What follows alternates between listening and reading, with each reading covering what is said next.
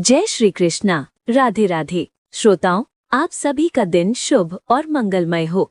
आप सभी को माघ स्नान की ढेरों शुभकामनाएं। प्रिय दर्शकों, आज की इस वीडियो में हम माघ स्नान के विषय में विस्तार से बात करेंगे कि माघ स्नान कैसे करना चाहिए, माघ मास की शुरुआत कब होती है, कब से कब तक माघ मास का स्नान रहता है, क्या माघ मास में भी अन्य मासों के नियम लागू रहते हैं या नहीं, माघ स्नान किस विधि से किया जाना चाहिए, शास्त्रों में इसके लिए क्या नियम बताए गए हैं, स्नान की विधि क्या है, दान की विधि क्या है और वे कौन कौन से कर्म हैं जिन्हें माघ मास में अवश्य करना चाहिए, माघ मास की महिमा क्या है, उसका महात्म्य क्या है और किस प्रकार ये माघ मास मनुष्य का कल्याण करता है, ये भगवान श्री कृष्ण को क्यों प्रिय है, इन सभी विषयों की संपूर्ण जानकारी आपको इस वीडियो के माध्यम से प्रदान की जाएगी।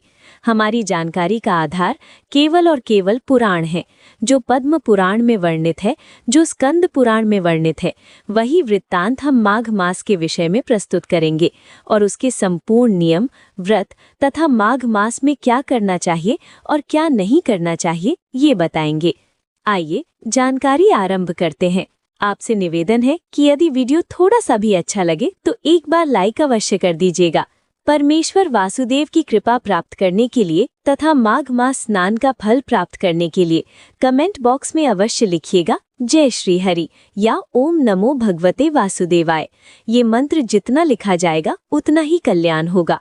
आइए प्रिय दर्शकों, अब जानकारी आरंभ करते हैं और बात करते हैं माघ स्नान की, माघ मास के नियम, व्रत विधि और इसकी महिमा की। माघे निमग्न शैलेले सुशीते विमुक्त पापास्ति दिवम प्रयान्ति, अर्थात माघ मास में शीतल जल के भीतर स्नान करने से मनुष्य के समस्त पाप नष्ट हो जाते हैं। ऐसा मनुष्य इस पृथ्वी पर सभी सुखों को भोगकर अंत में भगवत धाम को प्राप्त करता है। शास्त्रों में माघ मास के विषय में यही कहा गया है। इसके बारे में जो वर्णन मैं आपको बता रहा हूँ वो पद्म पुराण के उत्तरखंड में वर्णित है, जहाँ स्वयं महर्षि वशिष्ठ जी राजा की पूछने पर माघ स्नान की महिमा का वर्णन करते हैं। माघ स्नान के विषय में जो उपदेश वशिष्ठ जी के द्वारा दिया गया है उसमें वे बताते हैं कि माघ स्नान कैसे करना चाहिए, उसकी विधि क्या है और उससे क्या फल प्राप्त होता है। वशिष्ठ जी कहते हैं, मैं तुम्हें माघ स्नान का फल बताता हूँ, उसे ध्यानपूर्वक सुनो, फिर मैं इसकी विधि बतलाऊंगा। वशिष्ठ जी ने कहा कि जो लोग होम, यज्ञ तथा इष्टपूर्त कर्मों के बिना ही उत्तम गति प्राप्त करना चाहते हैं, वे माघ मास में प्रातःकाल बाह्य जल अर्थात नदी, सरोवर या तीर्थ के जल में स्नान करे। जो मनुष्य ये चाहता है कि वो बिना यज्ञ, बिना हवन, बिना होम और बिना विशेष पूजन के ही भगवान की प्राप्ति कर ले, तो उसे माघ मास में प्रातःकाल सूर्योदय से पूर्व या सूर्य की लालिमा तक शीतल जल में स्नान करना चाहिए। माघ मास में जब सूर्य उदय की अवस्था में होता है, उसी समय किया गया स्नान अत्यंत कल्याणकारी और बिना जप, तप, होम हवन के ही भगवान की प्राप्ति कराने वाला माना गया है।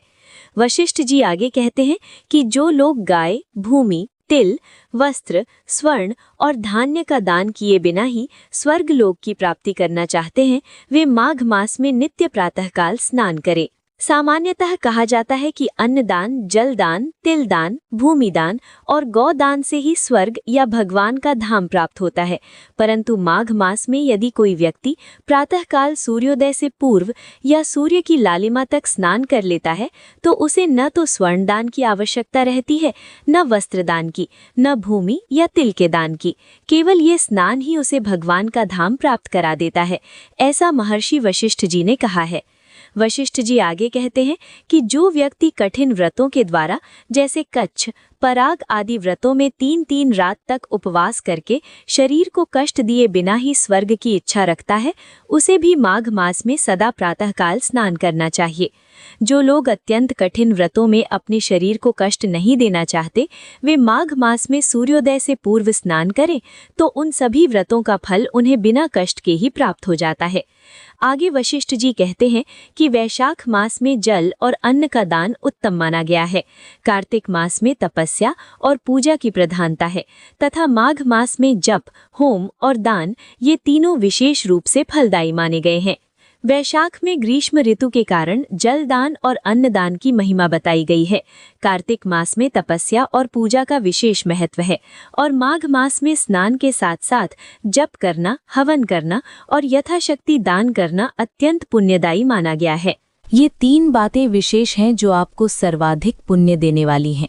जिन लोगों ने माघ मास में प्रातः स्नान, नाना प्रकार का दान और भगवान विष्णु के स्तोत्रों का पाठ किया है, वही दिव्य धाम में आनंद पूर्वक निवास करते हैं।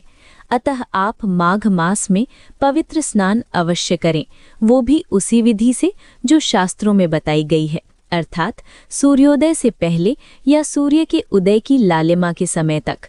दूसरा, जितना हो सके उत्तम दान करें और भगवान विष्णु के स्तोत्रों का पाठ करें। यदि ये कर्म किए जाएं तो भगवान का धाम निश्चित रूप से प्राप्त होता है, आपके पापों का नाश होता है और जब तक ये जीवन रहता है तब तक सुख, सुविधा और ऐश्वर्य की प्राप्ति होती है। माघ मास में आप एक विशेष नियम भी धारण कर सकते हैं, जिसे प्रिय वस्तु का त्याग कहा गया है। आपकी कोई भी प्रिय वस्तु जो आपको अत्यंत प्रिय हो, चाहे वो खाने की हो या पहनने की, उस प्रिय वस्तु का पूरे माघ मास के लिए त्याग कर देना चाहिए। प्रथम दिन आप हाथ में जल लेकर संकल्प करें कि हे प्रभु, मैं 1 महीने के लिए इस वस्तु का त्याग कर रहा हूँ और पूरे माघ मास तक इस नियम का पालन करूँगा। इसके साथ ही आप ये भी कह सकते हैं कि मैं ये त्याग किसी विशेष इच्छा की पूर्ति के लिए कर रहा हूँ। यदि आप चाहें तो निष्काम भाव से भी ये नियम रख सकते हैं और कह सकते हैं कि हे प्रभु, बिना किसी इच्छा के मैं ये त्याग आपको अर्पित कर रहा हूँ। निष्काम भाव से किए गए त्याग से मोक्ष की प्राप्ति होती है और सकाम भाव से किए गए त्याग से उस इच्छा की पूर्ति होती है। ये माघ मास का अत्यंत उत्तम और प्रभावशाली उपाय है। यदि आप जीवन में कोई भी वस्तु या कोई भी विशेष फल पाना चाहते हैं तो माघ मास के प्रथम दिन अपनी किसी प्रिय वस्तु का त्याग कर संकल्प लें और पूरे महीने उसका पालन करें। इसके फलस्वरूप भगवान श्रीहरि आपकी वो इच्छा पूर्ण करते हैं। वशिष्ठ जी कहते हैं कि प्रिय वस्तु के त्याग और नियमों के पालन से माघ मास सदा धर्म का साधक बनता है और अधर्म की जड़ काट देता है। यदि सकाम भाव से माघ स्नान किया जाए तो उससे मनोवांछित फल की सिद्धि होती है। सकाम भाव का अर्थ है कि यदि आपकी कोई विशेष इच्छा है और उसकी पूर्ति के उद्देश्य से आप माघ स्नान करते हैं तो स्नान से पूर्व ही प्रथम दिन संकल्प करें कि हे नारायण, मैं इस माघ मास में माघ स्नान करने जा रहा हूँ, कृपया मेरी इस इच्छा को पूर्ण कीजिए। ऐसे संकल्प से किया गया स्नान मनोवांछित फल प्रदान करता है। वहीं यदि निष्काम भाव से माघ स्नान किया जाए तो भगवान का धाम अर्थात मोक्ष प्राप्त होता है। निरंतर दान करने वाले, वन में रहकर तपस्या करने वाले और सदा अतिथि सत्कार में संलग्न रहने वाले पुरुषों को जो दिव्य लोक प्राप्त होते हैं, वही लोक माघ स्नान करने वालों को भी प्राप्त होते हैं। जो लोग वन में जाकर कठोर तपस्या करते हैं, उन्हें जो दिव्य स्थान मिलता है, वही केवल माघ स्नान से सहज रूप में प्राप्त हो जाता है। अन्य पुण्यों के द्वारा स्वर्ग में गए हुए मनुष्य पुण्य समाप्त होने पर वहां से लौट आते हैं, किंतु माघ स्नान करने वाला मनुष्य कभी वहां से लौटकर नहीं आता। अन्य कर्मों से प्राप्त स्वर्ग का फल समाप्त हो जाता है और फिर पृथ्वी पर जन्म लेना पड़ता है, परंतु जो माघ स्नान कर लेता है वह भगवान के धाम में सदा के लिए वास करता है। माघ स्नान से बढ़कर कोई पवित्र और पापनाशक व्रत नहीं है। इससे बढ़कर न कोई तप है और न ही कोई अन्य महत्वपूर्ण साधन। ये परम हितकारी है और तत्काल पापों का नाश करने वाला है। इसके महत्व को और अधिक बताते हुए कहा गया है कि एक समय महर्षि भृगु ने मणि पर्वत पर विद्याधर से कहा था कि जो मनुष्य माघ मास में उषा काल की प्रबल लालिमा के समय गांव से बाहर नदी या पोखर में नित्य स्नान करता है, वह अपने पिता और माता दोनों के कुल की 7-7 पीढ़ियों का उद्धार करके स्वयं देवताओं के समान दिव्य शरीर धारण कर स्वर्गलोक को प्राप्त होता है। अर्थात जब सूर्य उदय की अवस्था में हो, पौंप हट रही हो, उस समय किया गया माघ स्नान 7-7 पीढ़ियों का उद्धार कर देता है। पिता पक्ष की 7 पीढ़ियां और माता पक्ष की भी 7 पीढ़ियां इस स्नान से तर जाती हैं। वशिष्ठ जी महाराज आगे कहते हैं कि एक समय भृगु जी महाराज के पास विद्याधर आए। विद्याधर ने कहा, हे भृगुजी महाराज, जब मैं पृथ्वी लोक में सभी पुण्य कर्म करके स्वर्ग पहुंचा तो वहां मुझे दिव्य रूप, दिव्य नारी का साथ और सभी सुख प्राप्त हुए, परंतु मेरा मुख बाघ के समान क्यों हो गया? ये किस दुष्कर्म का फल है कि मैं स्वर्ग में रहते हुए भी कुरूप हूँ? मेरी पत्नी अत्यंत सुंदर, सुशीला और मधुर भाषिणी है और मैंने जीवन में सभी उत्तम कर्म किए हैं, फिर भी मेरे मुख में ये विकृति क्यों है? तब भृगुजी महाराज ने कहा कि पूर्व जन्म में तुम्हारे द्वारा एक निषिद्ध कर्म हुआ था। निषिद्ध कर्म चाहे छोटा ही क्यों न हो, उसका परिणाम अत्यंत भयंकर होता है। भृगुजी ने बताया कि पूर्व जन्म में तुमने माघ मास में एकादशी का व्रत रखकर द्वादशी के दिन शरीर पर तेल लगाया था, इसी कारण तुम्हारा मुख व्याघ्र के समान हो गया। पुण्यमयी एकादशी का व्रत करके द्वादशी को तेल का सेवन या अभियंग करने से पूर्व काल में इलानंदन पुनर्वा को भी कुरूप शरीर की प्राप्ति हुई थी। उसी प्रकार ये दोष तुम्हारे साथ भी हुआ, क्योंकि तुमसे यही भूल हो गई थी। इसीलिए तुम ऐसा करो, आगे नजदीक में ही माघ मास आने वाला है। तुम माघ मास में प्रतिदिन यहाँ पास में जो मणिकूट नदी है उसके जल में माघ स्नान करो। माघ स्नान की जो विधि है वो तुम पौष शुक्ल पक्ष की एकादशी से ही आरंभ कर देना। पौष शुक्ल पक्ष की एकादशी से इसके जो नियम हैं उनमें पृथ्वी पर सोना अर्थात बिस्तर का त्याग करना और पृथ्वी पर शयन के साथ पूरे मास संयम का पालन करना बताया गया है। आज के समय में यदि निराहार रहना संभव ना हो तो फलाहार या एक समय का आहार भी लिया जा सकता है। ऋषि कहते हैं कि माघ स्नान से विपत्तियों का नाश होता है और माघ के स्नान से पाप नष्ट होते हैं। माघ मास सब व्रतों से बढ़कर है तथा ये सभी प्रकार के दानों का फल प्रदान करने वाला है। पुष्कर, कुरुक्षेत्र, ब्रह्मावर्त, काशी, प्रयाग तथा गंगा सागर संगम में 10 वर्षों तक शौच, संतोष आदि नियमों का पालन करने से जो फल प्राप्त होता है वही फल माघ मास में केवल 3 दिनों तक प्रातःकाल स्नान करने से प्राप्त हो जाता है। सोचिए, जहाँ इन तीर्थों में 10 वर्षों तक नियम पूर्वक स्नान करने से फल मिलता है, वही फल माघ मास के 3 दिनों के स्नान से ही मिल जाता है।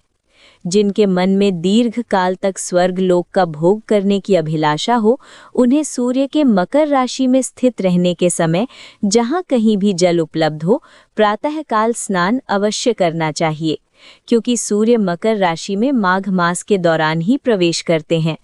वर्ष 2026 में ये प्रवेश 14 जनवरी को होगा। ये दिन एकादशी का दिन भी है। इस प्रकार ये समय अत्यंत महत्वपूर्ण माना गया है। कहा गया है कि जो नरक से डरते हैं, जो दरिद्रता के महासागर से भयभीत हैं, अर्थात जो निर्धन नहीं होना चाहते, जो जीवन में दुख नहीं पाना चाहते, उन्हें प्रयत्न पूर्वक माघ मास में प्रातःकाल स्नान अवश्य करना चाहिए। दरिद्रता, पाप और दुर्भाग्य, इन तीनों कीचड़ों को धोने वाला माघ स्नान के अतिरिक्त कोई अन्य उपाय नहीं है। यदि आप माघ स्नान करेंगे तो जीवन में दरिद्रता नहीं आएगी, दुर्भाग्य दूर हो जाएगा और पाप नष्ट हो जाएंगे। इसलिए माघ मास का स्नान अवश्य करना चाहिए। इसकी महिमा यहाँ तक बताई गई है कि यदि माघ मास का स्नान बिना श्रद्धा के भी विधि विधान से कर लिया जाए तो वो पूर्ण फल प्रदान करता है। करना केवल इतना है कि सूर्योदय से पहले जब आकाश में लालिमा फैली हो, उसी समय स्नान करना है। यदि आप गांव में रहते हैं तो नदी, तालाब या सरोवर में स्नान करें, और यदि नगर में रहते हैं तो घर पर ही स्नान करें, किंतु समय का विशेष ध्यान रखें। ये स्नान सभी इच्छाओं को पूर्ण करने वाला है। आप चाहें तो इसे इच्छा पूर्ति के लिए करें अथवा भगवान पर छोड़ दें और प्रार्थना करें कि हे प्रभु, हमारे जीवन के कष्ट दूर कीजिए, हम ये माघ स्नान आपके चरणों में अर्पित करते हैं। शास्त्रों में कहा गया है कि जैसे चंद्रमा कृष्ण पक्ष में क्षीण होता है और शुक्ल पक्ष में बढ़ता है, उसी प्रकार माघ मास में स्नान करने से पाप क्षीण होते हैं और पुण्य की वृद्धि होती है। जैसे समुद्र में नाना प्रकार के रत्न उत्पन्न होते हैं, उसी प्रकार माघ स्नान से आयु, धन और स्त्री आदि संपत्तियों की प्राप्ति होती है। आयु बढ़ती है, धन की प्राप्ति होती है और गृहस्थ जीवन में सुख की वृद्धि होती है। शास्त्र कहते हैं कि जैसे कामधेनु और चिंतामणि मनोवांछित फल प्रदान करती हैं, उसी प्रकार माघ स्नान भी सभी मनोरथों को पूर्ण करता है। आगे शास्त्रों में वर्णन आता है कि सतयुग में तपस्या को, त्रेता में ज्ञान को, द्वापर में भगवान के पूजन को और कलयुग में दान को उत्तम माना गया है, किंतु माघ स्नान को सभी युगों में श्रेष्ठ कहा गया है। अन्य साधन युग के अनुसार बदलते हैं, पर माघ स्नान की महिमा सभी युगों में समान रूप से मानी गई है। ये सभी वर्णों और आश्रमों के लिए धर्म का स्पष्ट मार्ग दिखाने वाला साधन है, इसलिए इसका पालन अवश्य करना चाहिए। प्रिय दर्शकों, ये माघ स्नान की महिमा है जो महर्षि भृगु जी और वशिष्ठ जी जैसे महान ऋषियों के द्वारा कही गई है। पद्म पुराण में इसका अत्यंत विस्तृत वर्णन मिलता है, इसलिए यहाँ इसका संक्षिप्त रूप प्रस्तुत किया गया है। ये महीना अत्यंत पुण्यदायी है, इसे हाथ से ना जाने दें। स्नान अवश्य करें और माघ महात्म्य का श्रवण करें, क्योंकि माघ महात्म्य सुनने से पापों का नाश होता है। अब माघ मास की तिथियों की बात करें तो वर्ष 2026 में माघ स्नान की शुरुआत 3 जनवरी से होगी। 3 जनवरी को पौष पूर्णिमा है और इसी दिन से माघ स्नान का आरंभ माना गया है। यदि कोई पौष शुक्ल एकादशी से आरंभ करना चाहे तो वो 31 दिसंबर 2025 से भी कर सकता है, अन्यथा 3 जनवरी 2026 से माघ स्नान अवश्य करना चाहिए। प्रतिदिन स्नान करें और महात्म्य का श्रवण करें। ये कर्म कर लेने मात्र से ईश्वर आपकी इच्छाएं पूर्ण करते हैं। माघ मास का समापन 1 फरवरी 2026 को माघ पूर्णिमा के दिन होगा और इसी के साथ माघ स्नान भी पूर्ण हो जाएगा। इस मास में संगम स्नान की विशेष महिमा है, अतः यदि वहां जाना संभव हो तो अत्यंत कल्याणकारी है, अन्यथा घर पर ही विधि पूर्वक स्नान करें। जैसे जैसे माघ मास आगे बढ़ेगा, वैसे वैसे इससे संबंधित और भी महत्वपूर्ण जानकारी प्राप्त होती रहेगी। जय श्री कृष्णा। राधे राधे श्रोताओं, आप सभी का दिन शुभ और मंगलमय हो।